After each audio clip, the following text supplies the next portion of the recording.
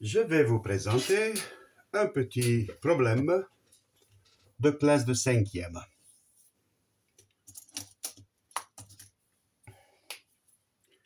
Il s'appelle triangle, rectangle et bisectrice.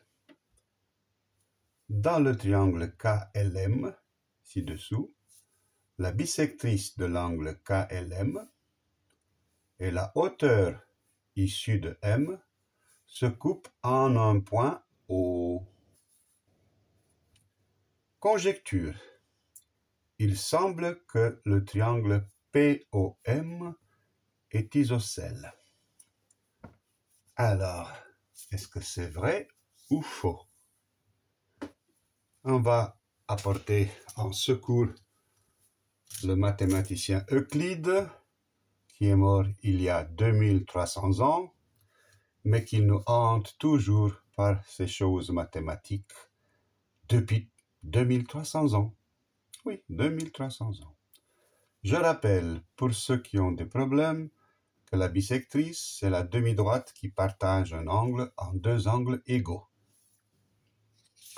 Comme vous constatez, la bisectrice, LP, partage cet angle KLM en deux angles égaux qui sont marqués le même code, comme tout le monde voit.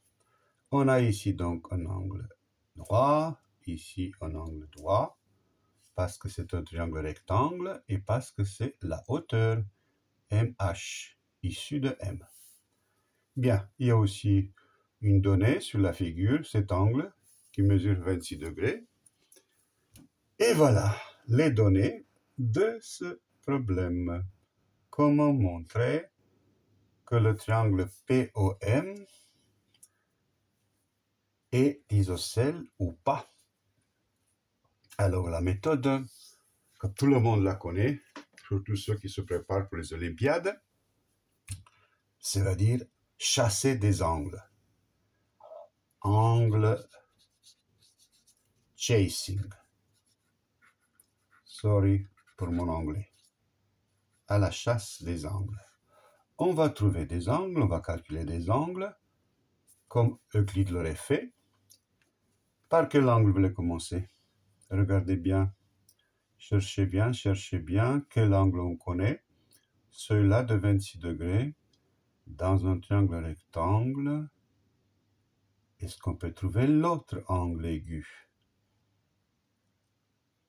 Oui. Vous savez quelle est la somme des deux angles aigus d'un triangle rectangle? Eh bien, la somme des deux angles aigus d'un angle rectangle est de 90 degrés. Oui. Et bien sûr, ça se prouve. C'est facile. Donc, l'angle MKL et MLK, la somme, c'est 90. Donc, on peut calculer l'angle KLM est égal 90 moins 26 égale 64 degrés. Celui-là, il fait 64 degrés.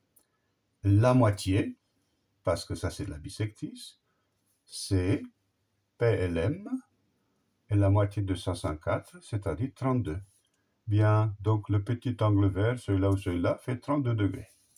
On va aller plus loin, on va calculer l'angle de celui-là, MPL. MPL, pourquoi? Parce que dans MPL, on a un angle droit, on a un angle de 32 degrés, et le troisième, la même propriété, MPL, ou M ou LPM, c'est pareil, égale 90 moins 32, égale 58. Et bien sûr, cet angle est égal à OPM, c'est le même. Et on va aller plus loin. Quel angle vous voulez qu'on calcule? Bien sûr, l'autre angle qui est là. Donc celui-ci. On a OHL, du coup, de nouveau HOL, 90 moins 32, dans ce petit triangle rectangle, ça nous donne 58. Oh là, c'est 58. Mais je vous rappelle que les angles opposés par leur sommet sont égaux. HOL égale POM égale 58 degrés. Cela fait 58. Et l'autre, vous vous rappelez, qui fait aussi 58. Donc, POM égale OPM égale 58 degrés. Bien. Le triangle POM est bien isocèle en M.